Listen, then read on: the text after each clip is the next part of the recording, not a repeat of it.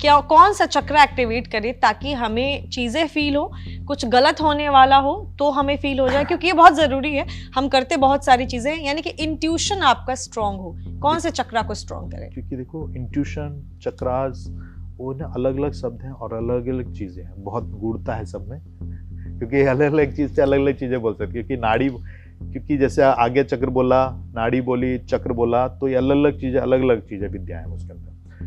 तो मैं सिंपल बोलूं तो जो ब्रह्म साधना के अंदर बहुत सारी क्रियाएं करा दी जाती हैं, तो बहुत सारी चीजें सुविधा हो जाती है। तो इसके अंदर यदि हम बोलें तो स्पेसिफिकली जो है आगे चक्र का मजबूत होना, आगे चक्र को एक्सपेंड करना, एनर्जी को सेंस करना। हम फर्स्ट फिजिकली, जब physical body energy, emotional body, mental body, ये सब चीज़ों को जब सेंस कर लेते हैं तब सुविधा होती है। तब आप जो है चक्रों को मजबूत कर सकते हैं। चक्रों को मजबूत करने के लिए हम इनिशियल स्टेज में कुछ योगासन्स हैं, कुछ क्रियाएं हैं, कुछ अफर्मेशंस हैं। यदि आप उसको करेंगे तो आप सुविधा होगी बहुत आराम से, and easily anybody can do. यानी कि अब मैं एक छोटा सा एग्जांपल दे देता हूँ। लाइक किसी को सर्वाइकल है मान लीजिए, है ना, तो सर्वाइकल है, तो सर्वाइकल के लिए एक छोटी सी, बहुत छोटी सी सूक्ष्म क्रियाएं के अंदर मैं नाम लेता हूँ। हम जनरली बहुत सारे लोग कराते होंगे ये इस तरीके से, ऐसे कर लीजिए, breathe in and then breathe out. पर यदि केवल ऐसे करेंगे तो उसका प्रभाव बहुत कम रहेगा। उसके प्रभाव को, या इस क्रिया के जो प्रभाव है उसको और अधिक हम उससे ऊर्जा संचित कर सकें, जो हमारे चक्रास को या किसी को सर्वाइकल के प्रॉब्लम उससे दूर किया जा सके, तो टंग को रोल कर लेंगे। हमने अभी आत्माओं की बात की, हमने चक्रास की बात की, हम बहुत सारी चीज़ों पे डिस्कस कर रहे हैं।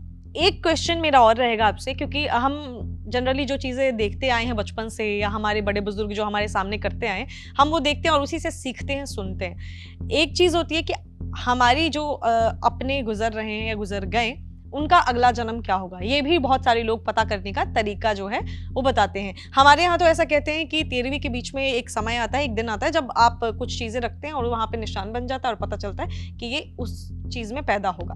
यानी ये जो इंसान गुजर गया वो अब पेड़ बनेगा, पौधा बनेगा, जानवर बनेगा, क्या बनेगा, वो निशान बन जाना है वहाँ पे। क्या ये चीज़ें होती हैं सच में? ऐसा वो उस निशान से पता चलता है कि उसका अगला बर्थ क्या है? कई बार होती भी हैं और नहीं भी होती हैं, क्योंकि ये ना, ये विषय उनका जानने का है ही नहीं। जानने की आवश्यकता भी नहीं रखनी चाहिए, क्योंकि जो उनकी परिधि से परे है उतना ही समझो, छोड़ दो उस चीज को, तो बेहतर है। क्योंकि उसके लिए वो इनर वर्ल्ड के लोग हैं, उसके लिए अलग लोगों ने जो है, परमात्मा ने उन सबका अलग तरीके से डिजाइन किया गया है उस चीज को समझने के लिए। उनकी अलग टीम है उस चीज को, कि मरने के बाद कौन कहाँ कैसे जाएगा, वो अलग टीम है जो काम करती है। हम जो काम करते हैं इस शरीर के साथ उतना ही रखें तो बेहतर है, क्योंकि वो इनर वर्ल्ड की चीजें हैं, उसके साथ ज्यादा छेड़ाछाड़ी ना करें। क्योंकि उससे ना तो ये जानने से, यदि कोई जान भी लेता तो उससे कोई फायदा नहीं है। उसको फायदा हो तो बताओ ना, कोई तो बताया जाए।